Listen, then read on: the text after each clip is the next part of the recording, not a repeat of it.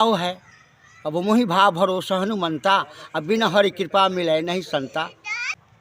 अच्छा, इस साल कुंभ लगा था, महाकुंभ लगा था प्रयाग में, महाकुंभ नहाने गए थे? जी, महाकुंभ में थे हम। तो सुनते हैं कि कुंभ के मेला में तो लोग भुला जाता है। कहीं छूट गया गुरु, कहीं छूट गया चेला, यही है कुंभ का मेला।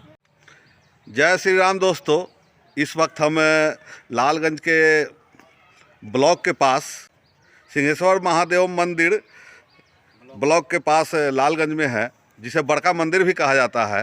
और हमारे साथ यहाँ दो बाबा हैं, एगो तो नंदू बाबा है, एक ठो मिश्री बाबा है। नाम से ही प्रतीत होता है कि काफ़ी मतलब मीठे स्वभाव के हैं मिश्री बाबा। और इनकी जटा जो है, आप देख पा रहे होंगे हमारे पीछे हैं, इनकी जटा जो है लगभग 6 से 7 फुट की इनकी जटा है। कैसे ये जटा को संभालते होंगे और किस तरह धर्म कार्य में लीन रहते होंगे, ये हमें इन्हीं के मुंह से जानेंगे। और किस तरह मिश्री के घोल जैसा शब्द ये हम लोग के कान में डालते हैं। जरा बात करते हैं उनसे, मिश्री बाबा से। आपकी जटा इतनी बड़ी बड़ी है, कैसे इसको संभालते हैं? इसको भजन से संभालते हैं, भजन से संभालते हैं और भजन करते हैं हम, और संतों के बीच में रहते हैं।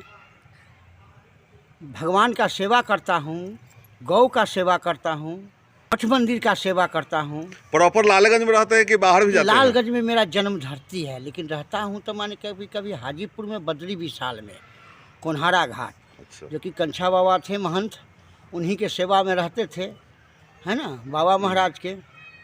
और प्रभु का माया है।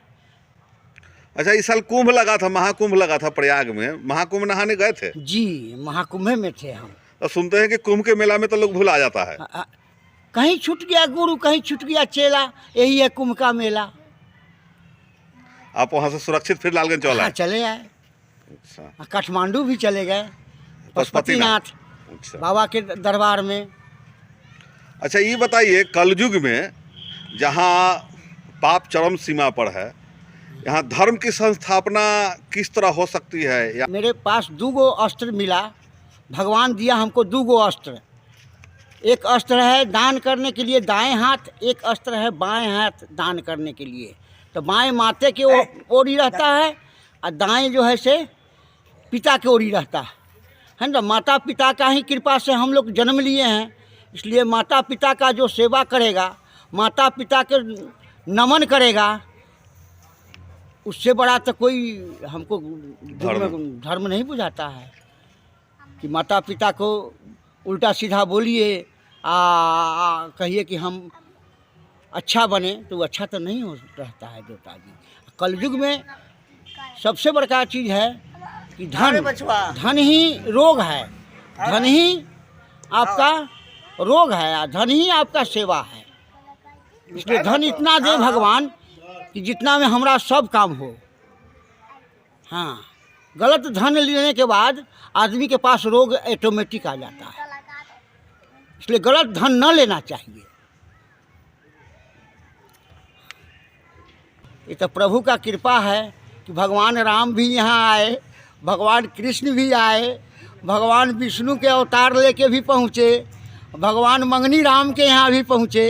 ये तो वैशाली की ऐसी पुण्य धरती है, पावन धरती है कि बार बार प्रभु को आना पड़ता है ये वैशाली के प्रांगण में।